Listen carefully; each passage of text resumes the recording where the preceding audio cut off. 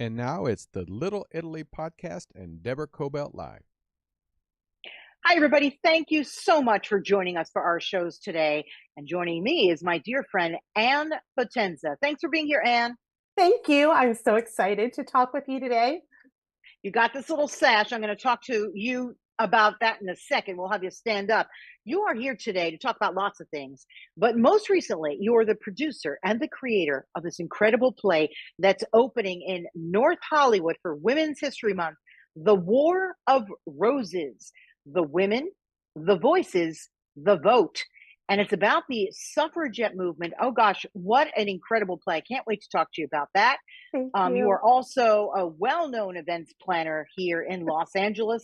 Can we thank the San Gennaro Festival? You also have a very famous first cousin, Jimmy Kimmel. Lots to talk about in your life, Anne. But let's first start about this magnificent play, please. Thank you. I am so excited. This is a show about, and I like to think of myself as a curator because it's actually the voices from 19 suffragists that worked so hard to get the women the vote.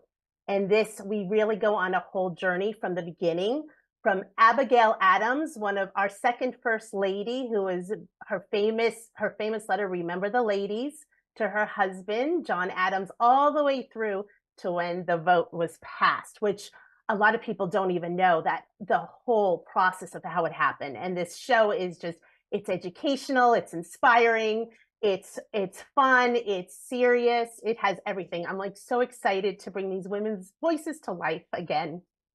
And you're wearing that sash. Can you show us a little bit what that says? I am. Votes for Women. A very famous sash that the women wore daily when they were trying to get the vote. So this is something that you see all the old suffragist pictures and wearing it in honor because they got us the vote and there's still a lot more to do with women's rights. So we're not done. And that's part of the reason why we're doing this show is to let people know it's also a get out the vote event. It's to get people motivated to realize how important the vote is. For your one vote means so much. You will know one vote can decide everything. And this is about just being active in the political rights that we have and to express them and to never take them for granted. So there's a lot of work to do still.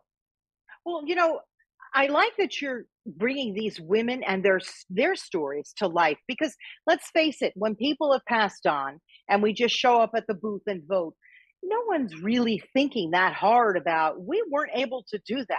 There was a time we just didn't have the right to do that. And because of these 19 women you're highlighting, we can.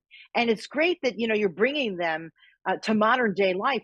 We're going to talk about, as you said, Abigail Adams. We've got Phoebe Burns, Ida B. Wells, and of course, Susan B. Anthony. Everybody knows Susan B. Anthony, but what about some of the other women?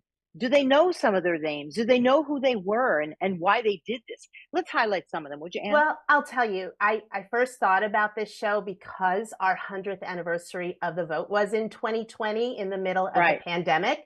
And of course, we all know where we were at that time. So I was doing some research and started learning about these women. And myself, as active as I am, I was perplexed that I didn't know a lot about these women and what they did and what they got us that we take for granted now, whether it's married women's rights, whether it was child labor laws, union hours. I mean, there's so much that they fought for, not just to vote. It was because there were issues that at the time it was the man's vote or their husband's vote that would represent, but half the country was women. So very important. A lot of these women were also part of the abolitionist movement. They were part of getting the 13th Amendment passed and the 14th Amendment passed. And then finally, when we got to the 19th Amendment. So they were active from when to get slavery, to free the slaves, to getting the Black men, the right to vote. A lot of people were then involved, and a lot of those people then moved on to help. There was just one demographic that was left out, and that was the women. So we finally got it in 1920. So that's how I heard about these stories. And once I started thinking, I'm like, these words, these people, these women, they work so hard. And that was when we had the 2020 election. It's like, our vote matters, our vote counts. It should be. These women wish they could vote. Some of them never got the chance to vote. And I really felt if people understood what this means to be an American, to be able to exercise your right to vote, every single person, then you can't just sit on your couch watching TV and eating bonbons. You got to get out there and do something. Okay, you caught my interest a moment ago when you said women and their husbands. Talk to me for a moment about that.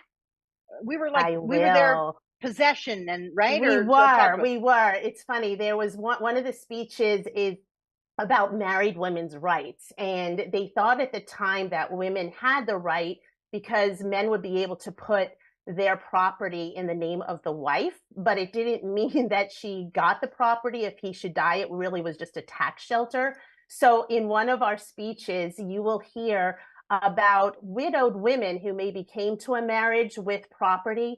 If the husband died, they only got 30% of the property. So if the husband had children from a previous marriage, they would actually get 2/3 of the property after the husband died. So a lot of women were left as paupers after their husband died because they didn't have any married property rights. So, and I must say, and we could talk about it a little bit later when we talk about why it's called the War of Roses, but there were a lot of people who did not think we needed the vote. A lot of women were content with their husband casting the vote for them until they started realizing that we have a lot to say. There's a lot that women can bring from their experience, what they've done to actually share and be part of the conversation in the laws that we make in this country. So that's why it was very important to have the women's voice.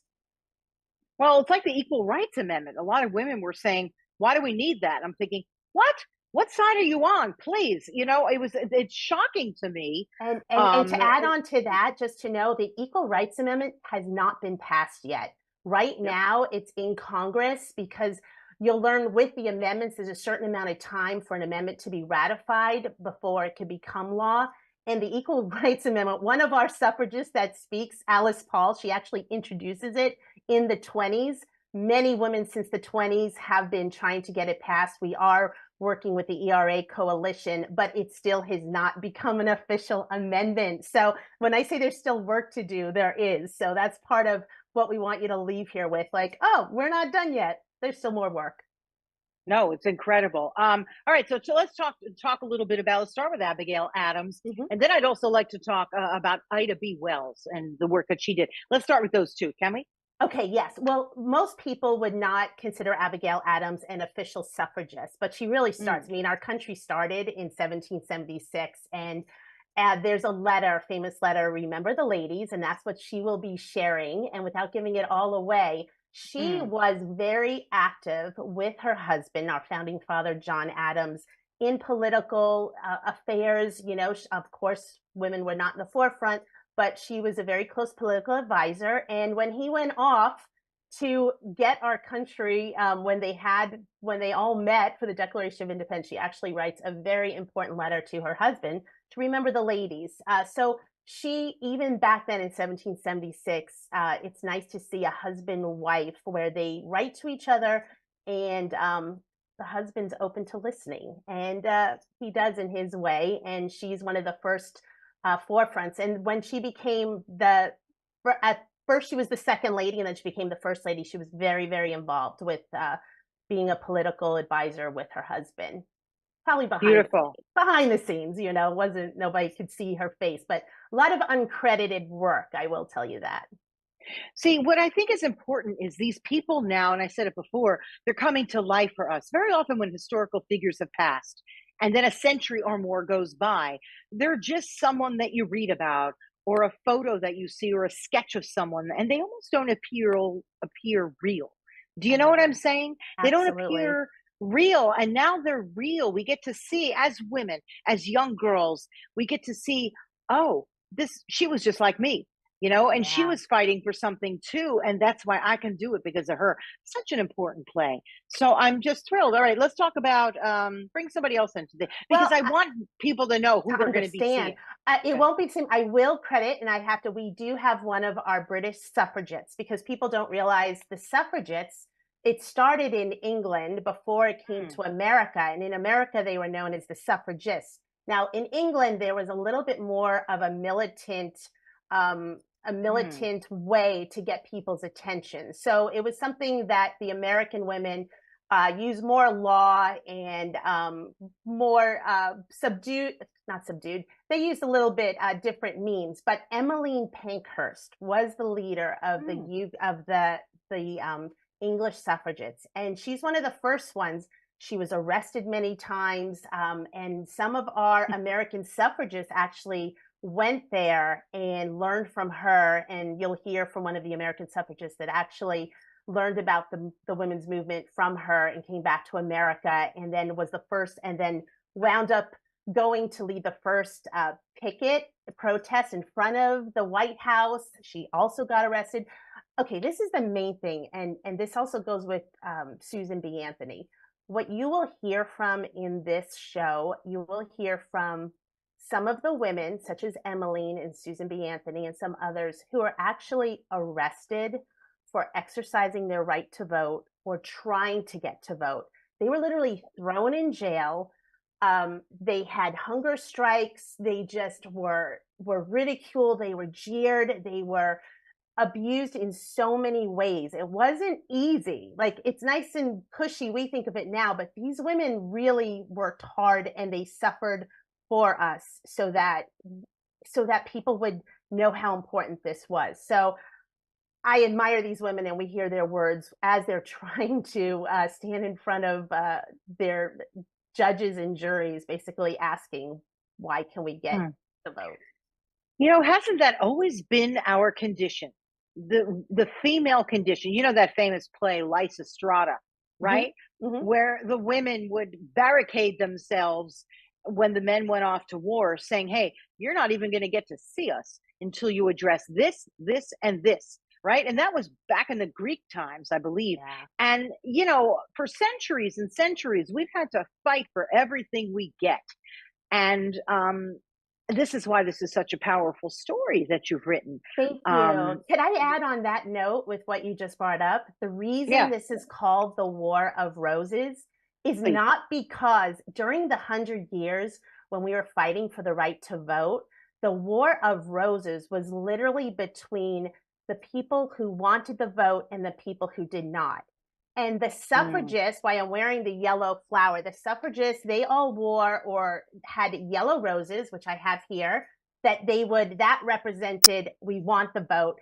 And then there were antis, people who did not want the vote, and they were represented by the red roses. So we literally have the War of Roses. As beautiful as these roses are, there's so much behind them. There was a war of who would win. But the thing is, it wasn't a war of violence, like no guns, no battles, no killing each other. It was literally a war of logic, determination, persistence, reasoning. And in Harry Chapman Catt's memoir, Victory, How the Women Won It, she talks about how the women won the war. And it was literally through diplomacy. It's a great lesson for us to never give up anything that we want and need and deserve, just as citizens, right? And thank goodness that we're citizens, right? And all of this is so important.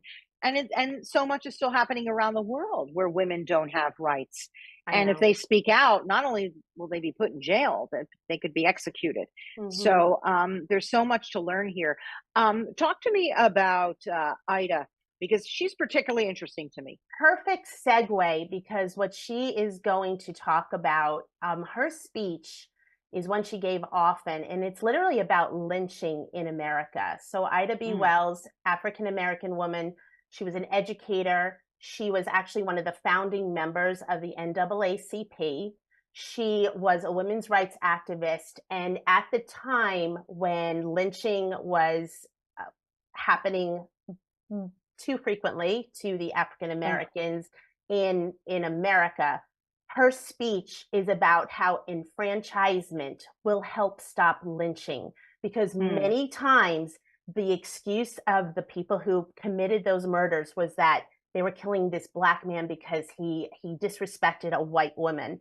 And it was like using the woman as the excuse as to why we're killing. Like, it was, a lot of this happened after the Civil War, even though Black men, there was no slavery and Black men were able to vote, there still were ways that the Confederates, the Southerners that didn't like that, were still trying to find ways to keep the Black men and Black people from being part of our system and being able to vote. And that's when you see the rash of lynching start to happen in the South and other terrible things that happen. So Ida B. Wells, she was brilliant woman, journalist. She wrote newspapers. One of the things you don't realize, so many of these women that we're highlighting, they were all educators or journalists or writers, and they started newspapers, and they just, like, there were only a few vocations that women were allowed to hold in that time period. Some of them was being a teacher, being a caretaker, or a nurse. So what I really enjoyed finding out was so many of these women, the writing, and that's why it exists today and will be forever, that to hear exactly what their opinions were and what they noticed in that time period. So that's why Ida B. Wells is a fantastic person that we get to highlight, and she's done so much since in her influence of us nowadays, and for African Americans and everyone. And what's cool about her, she was the president of the one of the Chicago's women's societies, and she was invited to be part of the 1913 procession in Washington, D.C., which is the big women's rights procession. Think about that, 7 years before you even got the vote.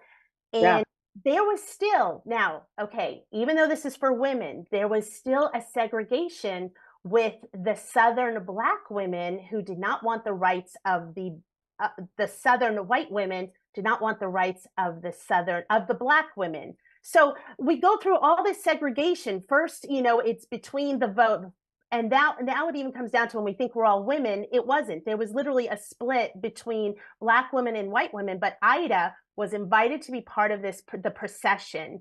And some of the leaders were afraid that the Southern white women were not going to be part of this procession, and they weren't sure if they should have Ida march with them. They wanted her to stay with the city, and it's a true story. She wound up standing back, and she marched with the people that she was supposed to represent. So she's a strong woman. Obviously, even within the color, the color spectrum that we have to go through, there was still always work to be done, even between the women. Talk to me about how the men were feeling about all this. Clearly it passed, but was there a lot of pushback in the beginning? There was. When you research a lot of these women, they went on, like in the procession in 1913, there was also some processions through certain towns where the majority of the people who were in the streets were men who harassed the women, jeered at them, threw stuff, like terrible things. It was just not accepted by most of America. Think about this. This took years, but I will say there were many men who were part of this movement. So it's not that it was like the women against the men. No, it was the people who believed in equal rights for all and the people who did not. And that's how this war between the yellow roses and the red roses. So men were just as much a part of it. And one of our narrator for this show is actually a very special man, Frederick Douglass, and he is an African American man who escaped from slavery and was the very first and only Black man who was at the Women's Convention in 1848. And he actually got up at the very first convention and said, even though he had the right to vote as a Black male, he said, I cannot exercise my right to vote as a Black male if the women don't have the right to vote. So we have a Black male who was here this whole path. So it was only right that he is actually being represented throughout the whole show as a narrator, as the through line to introduce these women and tell a little backstory. So yes, real men are feminists too. Oh, that's beautiful. So the play is when and where, so people know. And then we're going to get a little bit into your personal life. Go ahead. You got it. The play is March 1st and 2nd at 7 p.m. The curtain goes up at the El Portal Theater in North Hollywood. Tickets are available online at thewarofroses.com. And if you go on there, you'll notice that you can buy tickets for yourself. They start at $19 for the 19th Amendment. And if you can't go, but you want to support, there's actually, you can click and you can help send a student by just putting roses in the code, because we have given a large invitation to the sororities at UCLA and USC, because they are a perfect target audience that we want to come here. They're young women who are part of a sisterhood. They're being educated, they're getting involved. And so we've invited the sororities to come. So if any tickets are donated, we will give them to some of the students. And so we're very excited to share this. And we hope that we'll be able to continue to share this with even more after this too. But these are the only 2 shows for now. So please come and join us. Yeah, boy, I could see this having a run on Broadway, but you know, we'll have you back when that happens, Anne. Thank so that'll you. Be just amazing. Actually, but I will throw in, because they are my sisters, even though I'm not affiliated with it, there is going to be a musical about the suffragists on Broadway in spring. So they got the music and we got the speeches. So I'm not affiliated, but I'm a supporter, and I want everyone to know about that if they are in New York. So there you go. Women supporting women. I love it, Anne. I love it. Yeah, but that's what you're all about, okay? And I just want to say a little footnote about Anne Potenza. That is what Anne is all about. And yeah, terrific. So you are very involved in the Italian American community here in Los Angeles, as I am. Let's very briefly talk about where you grew up and how you ended up out here and all that kind of good stuff. You got it. I am an Italian American, 3rd generation. My family came from Southern Italy through New York, through Ellis Island. So all my grandparents were born here. But we grew up typical Italian family where grandma and grandpa were the center of our life. My aunts and uncles were like second parents. My cousins were like my relatives. And we grew up in New York. And then my father was a police officer for the NYPD. And when he retired, we were still young. I have 2 younger sisters. And at the time, he decided he needed to still work. So he was looking to raise his daughter somewhere a little safer than where we were. So we moved out west. We took my grandparents, Sal and Edith, to Las Vegas with us. And we'll talk about Edith. We took them, and we're sorry we took them away from our aunts and uncles and cousins, but they all soon followed.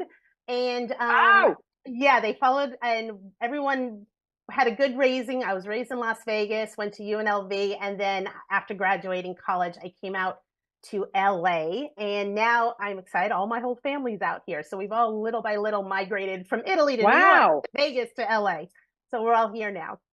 Wow. So you grew up the daughter of a New York City cop. What was that like? I did. The funny thing is, my dad he was not the typical Italian cop that you would think. He literally was like a professional maitre d', because he was one of the cops for 20 years. He walked the beat, he walked the neighborhood. He liked being part of the community, which I think is so important. Think about where he was. So he knew everybody. And it wasn't about giving tickets to if a mom had kids in the car. He never wanted a kid to see their mom going through that. He was more of a caring community person, and he took that with him through his whole life. And he wound up having a couple of careers after that. So he's someone that I love as a leader. So he wasn't the typical tough cop. He literally was a softie and a sweetheart, and was kind to everyone. Good man. What's your greatest memory of growing up Italian in New York with all the relatives? Because those of us who had the experience of growing up back east with the Italian relatives is really something that to this day is still being written about, right? I know. So what was your typical Sunday like? You know what? We were in Brooklyn. We were born in Brooklyn. A lot that has to do with Brooklyn. It's just like one of those great migration places. And I will say it was dinner with my grandparents. My grandma, Edith, which is my middle name, I was named after, and I know you were named after as well, after your mom, right, Deborah?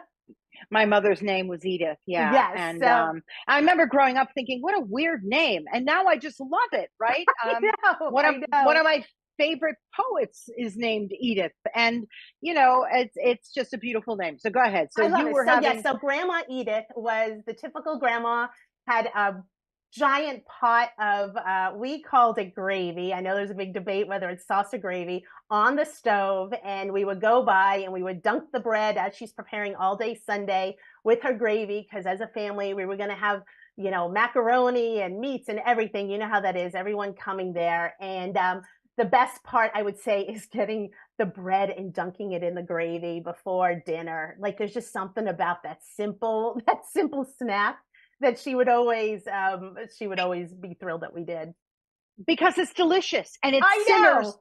I mean, people, it simmers for hours. We're not talking taking it out of a jar here. Right. It simmers for hours. And then when you dunk the bread absorbs the different flavors of the sauce. We called it sauce also. Yeah. And there's nothing like it. You know, I have a Polish husband. He still doesn't get it. He's like, wait, you would dunk bread into what? And why is everybody taking food from somebody else's dish? Right. I'm like, because you're supposed to. Right. And there's something about that. And like I said, everyone was always invited to everyone was welcome in like I equate as just Italian household. Everyone was welcome, whether it was the neighbor, whether it was a friend. No one, you know, didn't have a place.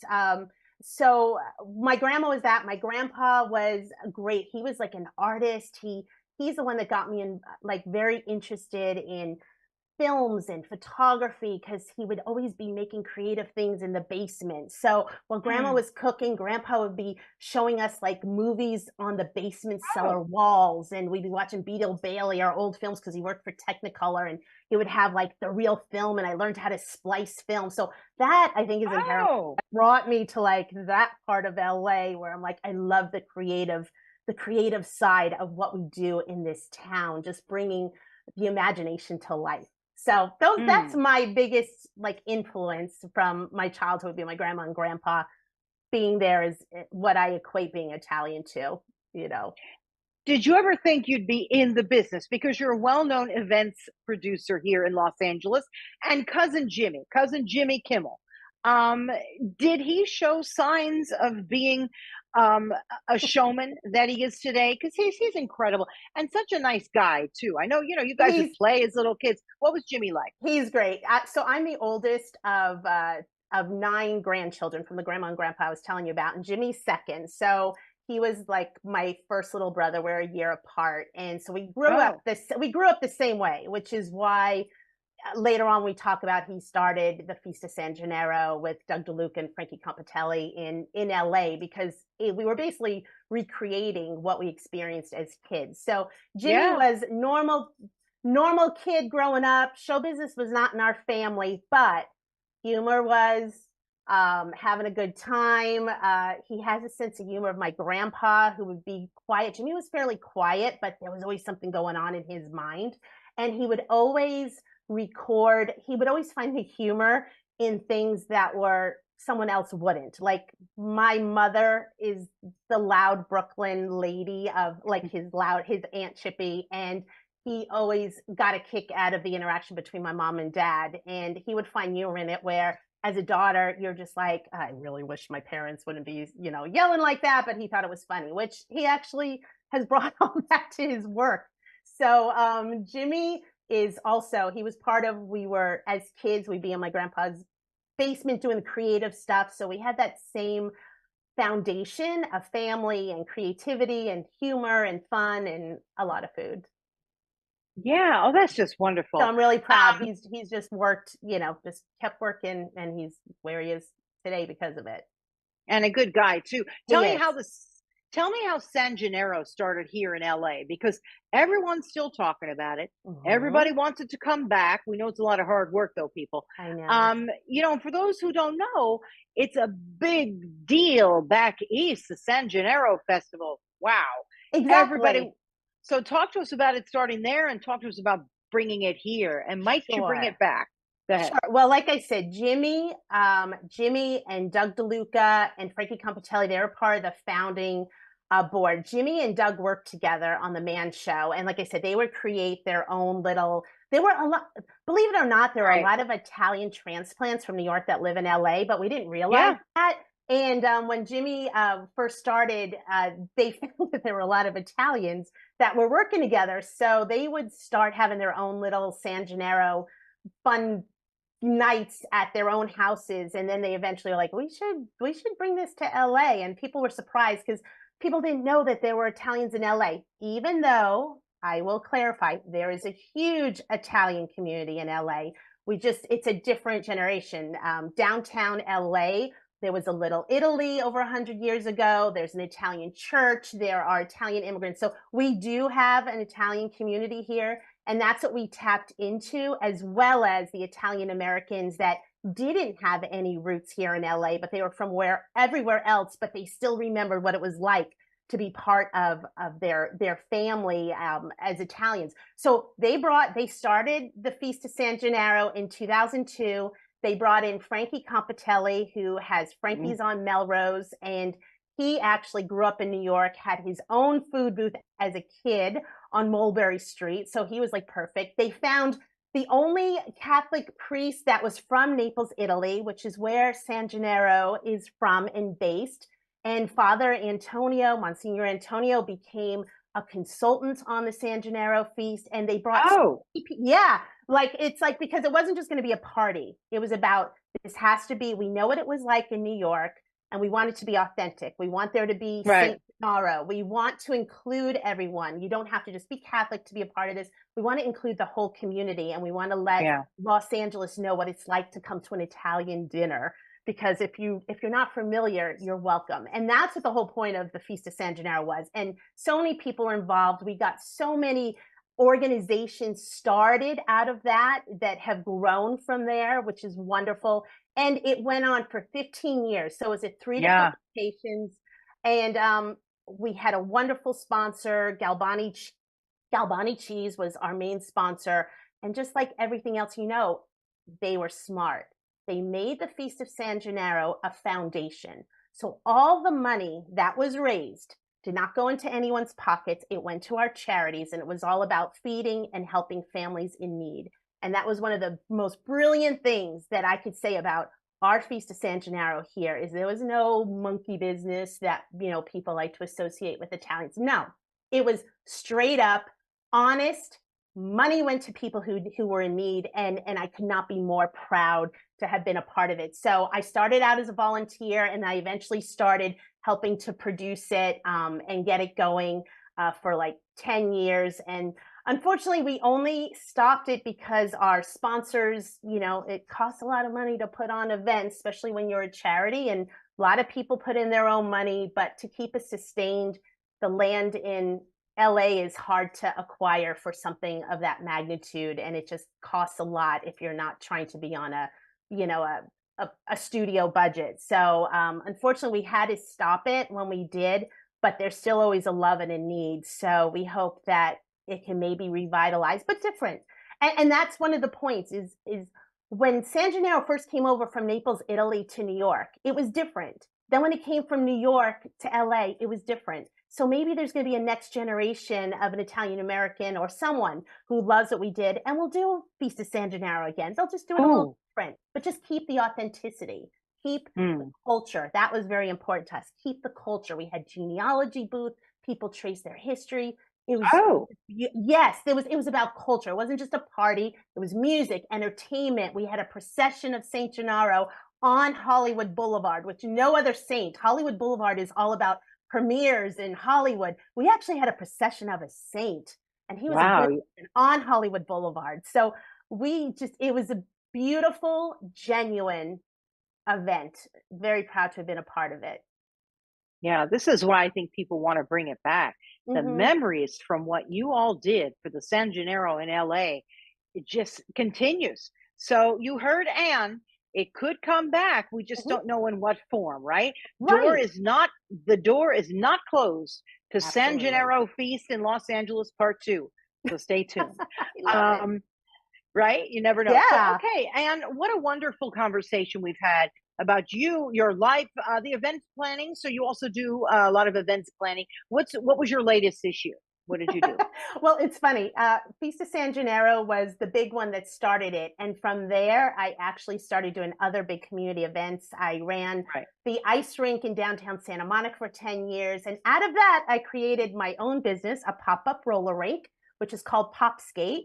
And that's what I'm doing now. I bring pop-up roller rinks all over Los Angeles, California, and we bring the roller rinks to people because it's another fun activity that includes everyone. And I think the through line, I think this is all connected to being Italian because it's all about doing things that people feel welcome and a part of. So that's what I do in my events. So those are some of the big ones. And now with the War of Roses, I'm hoping that this is a little bit more of a serious topic, but it's still a big event. It's our country. It's our vote. So maybe there'll be a way that we bring this to more people as well. Yeah, and in the lobby, you're also going to have a get out the vote, right? Yes. So people can go ahead, tell us about that.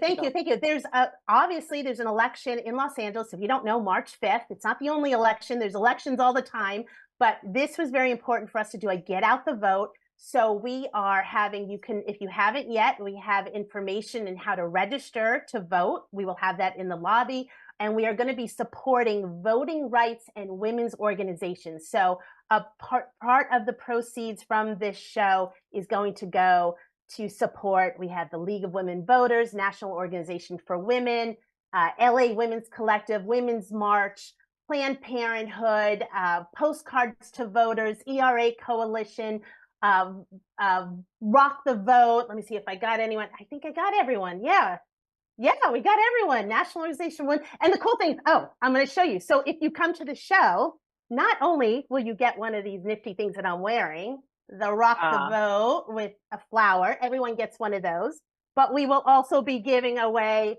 these register, show up, vote fun bags. So come to the show, you get a giveaway. We like giving things away. So we have those as well until we run out, but we have enough for mostly everyone. So yes, we're encouraging people learn about what the suffragists did, continue it in your life, and if nothing else, just register and vote.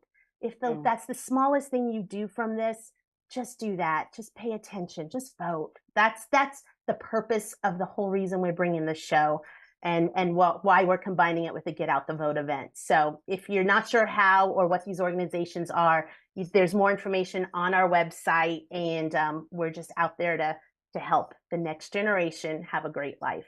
So thank you. And women, please get more involved in politics and run for office. Yes. We've done a great job with women running for office. We need to get more. We need to get more in there. And hey, Anne, how can I get one of those sashes? I will have one for you. I will have it all wrapped up and sent to you. Absolutely. Anyway, Anne Potenza, you are a doll. You are a delight. Thank you. Thank you for bringing this play to life. The War of Roses, the women, the voices, the vote at the historical El Portal Theater on March 1st and March 2nd. Get your tickets, and I hope to see you there. I can't wait. Thank you. Thank you so much. Thank you, everybody. Looking forward to seeing you. Thank you, Deborah. This is so important. Thank you so much for helping us get the word out. This is wonderful. What you do is fabulous. Thank you. Thank you so much, my friend. And please, you can hear and watch our interview with Anne Potenza on my podcast, the Little Italy podcast, and also Deborah Cobelt Live. There's a video version. There's an audio version. You can find them anywhere from YouTube to iHeartRadio to Apple Podcasts, anywhere, also Facebook. Just put in my name and put in the name of the podcast, and you'll find us. And of course, Anne Potenza. So we very much look forward to seeing you at the theater. Make sure you sign up to vote, rock the vote, and we'll see you all later. Bye-bye, and thanks, Anne.